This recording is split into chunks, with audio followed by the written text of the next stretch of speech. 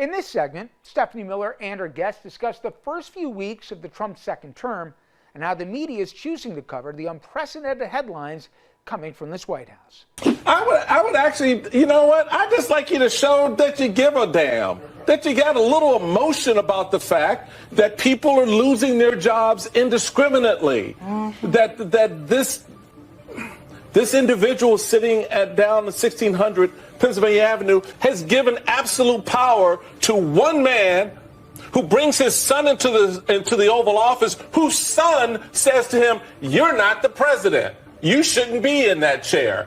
Now, where did he get that from? He got it from his daddy, because that's what his daddy thinks is the man who brought him into the Oval Office. So I just like to see somebody wake the hell up and get excited about the fact that your country is under assault. They're not at the gate anymore. They're in your bedrooms. They're in your living rooms. They're in your businesses. They got your data, dumbass. They got all your stuff. I do, Michael Steele.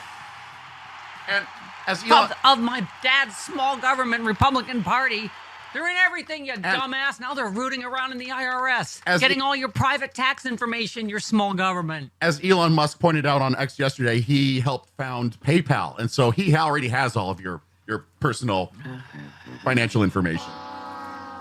Okay, so you need to give me updates on the stupidity that came down Friday. What happened? And then got like 3 times stupider by the time I got, like, morning stack is even stupider than yesterday and then Saturday. They're all updates of what happened. So, we're live today, by the way. Happy President's Day. Hi, happy President's Day to those who celebrate the worst president ever. Okay.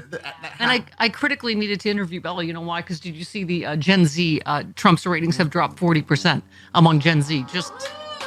Why were they? Yeah, Bella, you're going to need to do some explaining what they were thinking of 3 weeks ago. Because okay, all right. Also, Trump's getting ready to blow up the world. He's having peace negotiations without Ukraine, because that makes sense, doesn't it? To not invite them to the quote unquote peace negotiations. It almost makes you feel, Chris, like it's not a peace negotiation. It's a giving Ukraine to Putin. Right.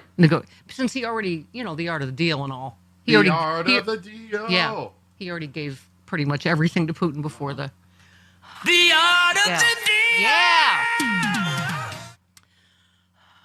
Is hate because of tariffs and stuff? Is hate like our only export? Did you see this? I don't know what his name is. Brofman, somebody, 27, tried to kill 2 strangers he happened to see because he thought they were Palestinian. Yeah. Turns out they were a father and son visiting from Israel. Yep. As Frangela would say, congratulations on the birth of your hate baby. Because you did this. You did this, America. Yeah. Okay. So, by the way, Michael Steele was on fire this weekend. Where is he? Oh, that's you. Go ahead. Yeah. You know what? I'd just like you to show that you give a damn, that you got a little emotion about the fact that people are losing their jobs indiscriminately, that this individual sitting down at 1600 Pennsylvania Avenue has given absolute power to one man who brings his son into the Oval Office, whose son says to him, "You're not the president. You shouldn't be in that chair." Now, where did he get that from? He got it from his daddy. So, all right, we were talking about this last conversation. Yeah, we were talking about this, and they did another segment on it, though. Yeah. Because last week, I thought what you were saying was that it was fake in that somebody put funny audio in. No, not necessarily. But it wasn't that. What it turns out is it can't be verified. Right. The problem is, as with everything else right now, the only way you could verify it is with Trump or Musk, who are never going to admit that his little nose-picky son... I mean, but I heard it. It did sound like that. Obviously, millions of people thought that. But it's not like, I think Bob Cesca said that we debunked it. We didn't actually debunk it. There's just no way to verify it. It's not that I thought, this is funny video somebody did on purpose. It's just a total fake. But the kid was inaudible. So because his stupid dad never shuts his yap because his dad was talking. His dad was talking. But it wasn't the kid's turn to talk. It did sound like it if you listen to it. And so obviously Michael Steele and a lot of other people, feel that's what he said. But I thought it is kind of hilarious because it would give him more balls than all of the Republican Party together to at least say it to Trump's face. That you're not. And it's true. If he did say that, where did he hear that? His dad. You're not really president. It's like, you're not really the president. You need to hush and go away, which is, someone was saying that was the most emasculating scene I have ever seen. Just the whole thing, right? Oh, until I saw Tom Hobag on Fox News with Eric Adams. Mm-hmm. Did you see that?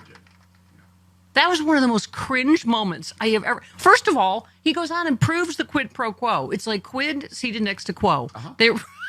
He literally confirms, yeah, if you don't do what we said on immigration, I'm going to be back here and be up your butt. Like, nothing like threatening anal rape on Fox News to make sure you do what Massa says. I mean, it was so cringe that he just is confirming, yeah, this is the quid pro quo. We'll drop the charges if you do what we say. And they were saying the reason Trump didn't pardon him is because they can still hold this over his head and still bring charges if he doesn't. Eric Adams is corrupt AF. Oh my God! Seriously. Exactly. Oh my! You know what? We hadn't had Frangela in 2 weeks. We desperately need them to give this a biscuit rating on Friday, because I don't even know if there are enough biscuits on the biscuit scale.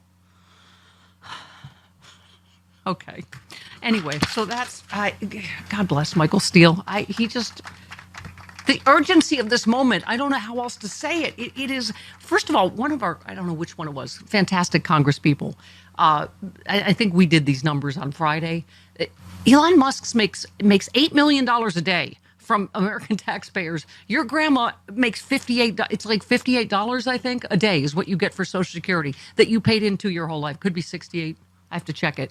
But, I mean, the fact that they're somehow able to convince people that they're rooting out fraud just because they say they are, when Elon Musk, how many times can I say it? He is helping himself to government contracts. He's cutting spending he doesn't like so they can give other billionaires a tax cut. Right. That's exactly what they're doing, and it's happening all in broad daylight. And they're pretending it's cutting government waste. But we'll talk to Rude Pundit has so much great stuff about this week, but just... I don't know what it's going to take. We knew this disinformation wasn't going to go away, but somebody was saying it'll be interesting to see all the people that have been parroting that it was a terrible economy, right? And when it was a really good economy, are now going to have to say this is a really good economy when it's provably really bad. And eggs are $11 billion and whatever. So how long? Because they just buy whatever Trump says. Oh, we're cutting waste, right? And they're not cutting waste. Really? How much did he just spend on that ridiculous stunt after the, $20 million Super Bowl stunt, this NASCAR thing, right? Mm-hmm. The drive along and the flyby and whatever. This is just a big, dumb reality TV stunt at taxpayer expense while they're trying to sell you that they're cutting waste, right? Yep. Poor Bella. Have we just silenced you entirely? Okay. we didn't do that on purpose. No. Yeah. We like Bella. Now Stan's going to say she's going to quit because we've cut off her microphones.